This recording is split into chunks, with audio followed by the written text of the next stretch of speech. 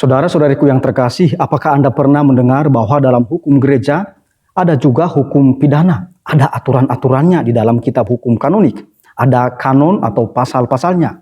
Pada tahun 2021 yang lalu, Paus Fransiskus merevisi hukum pidana dalam kitab hukum kanonik yang berlaku untuk Gereja Katolik Ritus Latin atau Gereja Katolik Roma.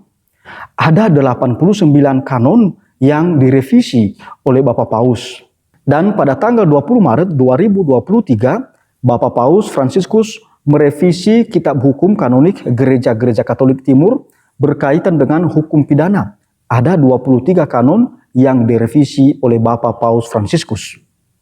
Nah, saudara-saudariku yang terkasih, sangat menarik berkaitan dengan revisi ini. Maka tonton terus video ini, karena di dalamnya saya akan memaparkan hal-hal penting di dalam revisi kitab hukum kanonik Gereja Katolik Timur.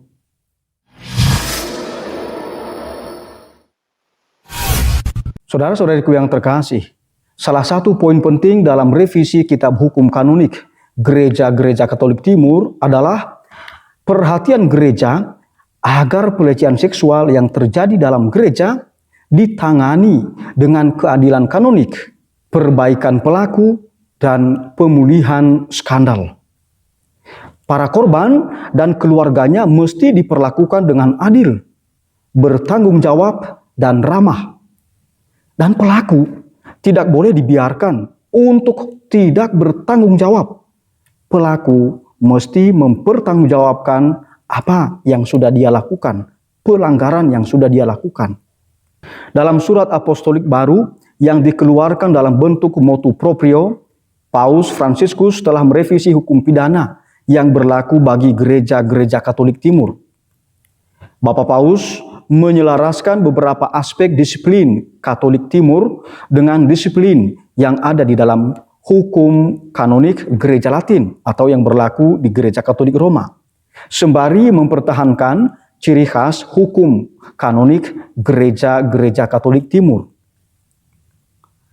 Motu proprio Paus tersebut berjudul Vocare Peccatores, atau artinya memanggil orang berdosa.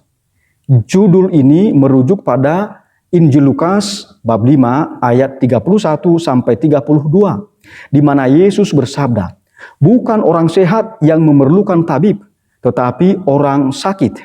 Aku datang bukan untuk memanggil orang benar, tetapi orang berdosa, supaya mereka bertobat." Motu proprio Vocare Peccatores ini ditandatangani oleh Paus Fransiskus pada tanggal 20 Maret 2023 pada Hari Raya Santo Yosef. Undang-undang baru ini mulai berlaku pada 29 Juni 2023 pada pesta Santo Petrus dan Paulus. Jadi undang-undang ini sudah berlaku karena sekarang sudah bulan September, ya. Pada tahun 2021, Paus Fransiskus telah merevisi buku ke-6 dari kitab hukum kanonik tentang sanksi pidana dalam gereja Latin dengan mengeluarkan konstitusi apostolik Pacite Gregem Dei. Amandemen hukum kanonik ini merupakan karya revisi yang dimulai di bawah Paus Benediktus ke-16. Jadi sebenarnya prosesnya sudah lama, tapi dilanjutkan oleh Bapak Paus Fransiskus. Pada saat itu, Paus Fransiskus menjelaskan bahwa disiplin hukum yang diundangkan oleh Paus Santo Yohanes Paulus II dalam kitab hukum kanonik tahun 1983 perlu direvisi. Sehingga para pastor atau gembala gereja dapat menggunakannya sebagai sarana koreksi yang lebih fleksibel dan juga sarana keselamatan yang dapat diterapkan dengan cepat dan dengan cinta kasih pastoral untuk menghindari kejahatan yang lebih serius dan untuk menyembuhkan luka yang disebabkan oleh kelemahan manusia. Buku ke-6 Kitab Hukum Kanonik Gereja Latin yang baru mulai berlaku pada 8 Desember 2021 yang lalu. Jadi sudah hampir 2 tahun, ya, sudah diberlakukan. Paus menyatakan bahwa tujuan revisi tersebut merupakan persyaratan cinta kasih yang konkret dan esensial tidak hanya terhadap gereja, komunitas Kristiani, dan pihak-pihak yang berpotensi dirugikan, tetapi juga terhadap mereka yang melakukan kejahatan dan mereka sendiri yang membutuhkan belas kasihan dan koreksi gereja. Paulus mengingatkan bahwa di masa lalu, kurangnya apresiasi tentang hubungan dekat yang ada dalam gereja antara pelaksanaan kemurahan hati dan rekursus, di mana keadaan dan keadilan sangat membutuhkan untuk sanksi disiplin, telah mengakibatkan banyak kerusakan. Dalam arti seperti ini, kepada pelaku kejahatan seharusnya diberi sanksi disiplin dan bukan justru dibiarkan dengan alibi demi kemurahan hati. Maka kita minta juga kepada para pimpinan gereja, ya, para uskup dan provinsial, siapapun, supaya pelaku kejahatan, apapun kejahatannya, jangan asal dipindah dari tugasnya atau diganti apa yang menjadi jabatannya di dalam gereja. Karena ini justru hanya memberikan peluang baru kepada mereka untuk melakukan kejahatan yang baru juga. Jadi harus diubah cara penanganannya, harus sungguh-sungguh, harus serius.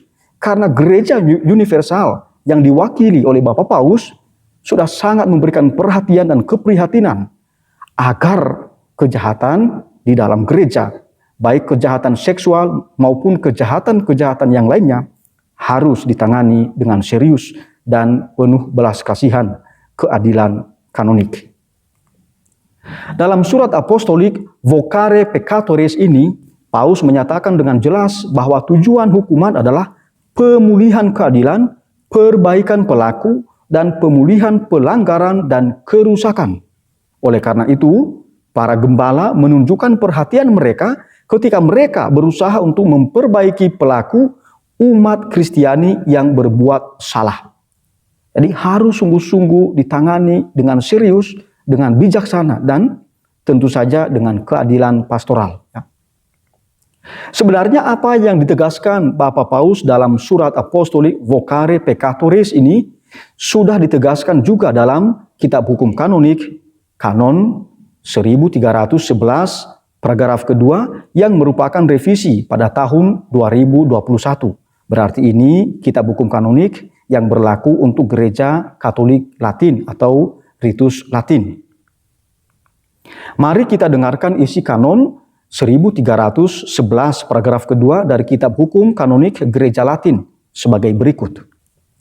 Siapapun yang memimpin dalam gereja harus menjaga dan memajukan kebaikan bersama dan umat beriman secara personal dengan cinta kasih pastoral, teladan hidup, nasihat dan motivasi, dan jika perlu bahkan dengan penjatuhan atau pernyataan hukuman seturut ketentuan hukum yang harus selalu diterapkan dengan keadilan kanonik dan dengan memperhatikan pemulihan keadilan, perbaikan pelaku, dan pemulihan skandal. Norma baru menentukan lebih jelas kapan otoritas gerejawi harus campur tangan dalam kasus pelanggaran. Jelas Monsinyur Juan Ignacio Arrieta, Sekretaris Dikasteri untuk Teks Legislatif. Norma-norma tersebut lebih presisi. Dan hukuman-hukuman yang akan dijatuhkan juga lebih jelas, ditentukan dengan lebih baik. Selain itu, disiplin Katolik Timur juga telah diselaraskan dengan disiplin Katolik Latin dalam banyak aspek, seperti pelecehan terhadap anak-anak di bawah umur dan perlindungan terhadap sakramen-sakramen. Perubahan pidana dalam kitab hukum kanonik gereja-gereja Katolik Timur secara luas dipandang sebagai tanggapan terhadap krisis pelecehan seksual yang dilakukan oleh para klerikus. Jadi ingat, salah satu motivasi dari revisi kitab hukum kanonik gereja Katolik Timur ini adalah karena di dalam gereja sudah banyak kasus berkaitan dengan pelecehan seksual. Jadi harus ditangani, harus lebih tegas, harus lebih bijaksana. Maka gereja harus menanganinya, harus lebih bijaksana. Pimpinan-pimpinan di dalam gereja harus bertindak dengan serius. Juga sebagai tanggapan atas perubahan pidana dalam kitab hukum kanonik gereja Latin yang mencerminkan motu proprio vos Estis Lux Mundi yang dikeluarkan pada tahun 2019 yang kemudian direvisi kembali oleh Paus pada 25 Maret 2023. Vos Estis Lux Mundi ini berbicara berkaitan dengan pelecehan seksual yang terjadi dalam gereja dan apa saja aturan-aturannya dan bagaimana juga menanganinya. Nah, termasuk siapakah pelakunya dan siapa pelaku penyerta. Saudara-saudariku yang terkasih, silakan membaca motu proprio Vos Estis Lux Mundi ini karena sangat menarik. Dan pimpinan-pimpinan tarekat religius dan juga pimpinan-pimpinan gereja mesti juga membaca dan menerapkan Vos Estis Lux Mundi ini. Salah satu yang dibahas di dalam Vos Estis Lux Mundi ini adalah berkaitan dengan penyusunan protokol untuk menangani pelecehan seksual di dalam gereja Katolik. Ya, sangat menarik. Jadi silakan membaca dokumen ini.